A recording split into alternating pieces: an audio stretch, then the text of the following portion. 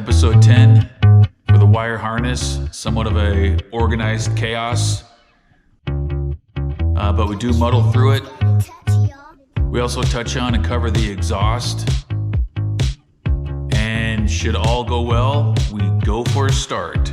I will see you on the backside. All right, so we're here pulling out the baggage of wire and wire harnesses, trying to make rhyme to reason. Basically, we're going to be deleting what's not needed. Got a good friend here, Jesse Hughes. Jesse, he's the master electrician. All right, so we come to the OEM harness, or the wire harness. We were utilizing the OEM harness so we can maintain the traction control and ABS, which I wanted to have both of those.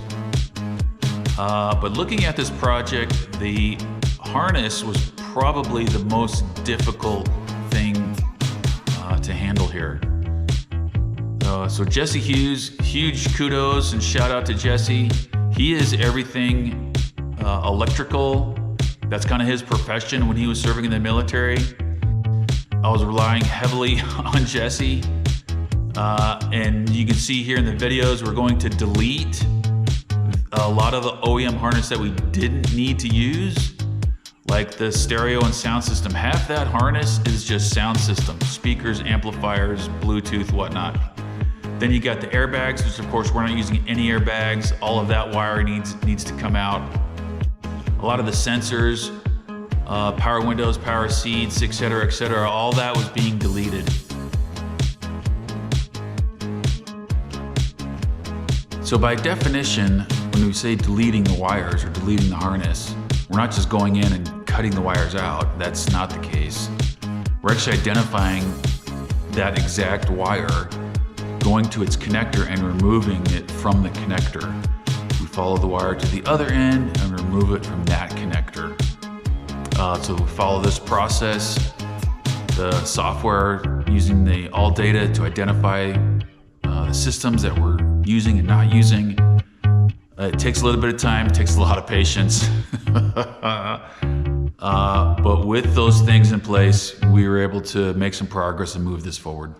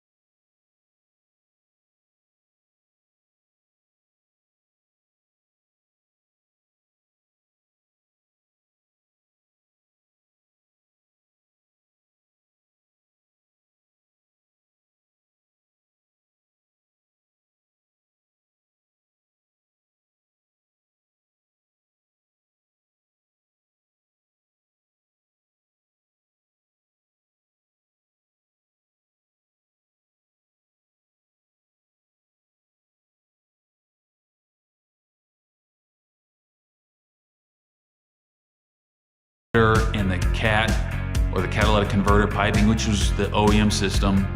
So basically the exhaust I made to connect to that or the catalytic system, run the length of the torque tube or the length of the cab, and then we're gonna dump or terminate right there at the transmission.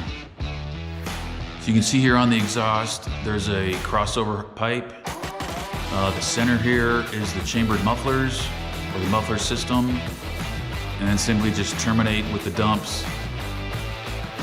Well, I'll share with you, there were several moments when we were really in the weeds on this. The project, not so much as the harness. I think I mentioned before, this was probably the most difficult part, or the most biggest challenge on this project. And there were several moments after banging my head against the wall, I just wanted to give up and just not do this anymore. Jesse was fantastic. I absolutely could not have done it without him. I'm glad we stuck with it. I'm glad we were able to make it work. It is definitely worth it. We had a kind of a struggle and a challenge just to get it to read or to come on to accessory mode. So getting through the fobs, getting into the correct power with our voltmeter coming out. So once we could get to the accessory mode, that's where we could use our scan tool to plug into the car. We did keep the ODB sensor. And once Jesse got back home, he was able to remote in to my laptop. Really, that's when things kind of started to really progress, is once we could see the systems digitally, see how they're communicating, and in some cases not communicating. Then we could troubleshoot and try and isolate if a fix needed to happen or if a wire was missing, et cetera, et cetera. Once we got the fuel pressure problem resolved, then we were able to finally get a good start.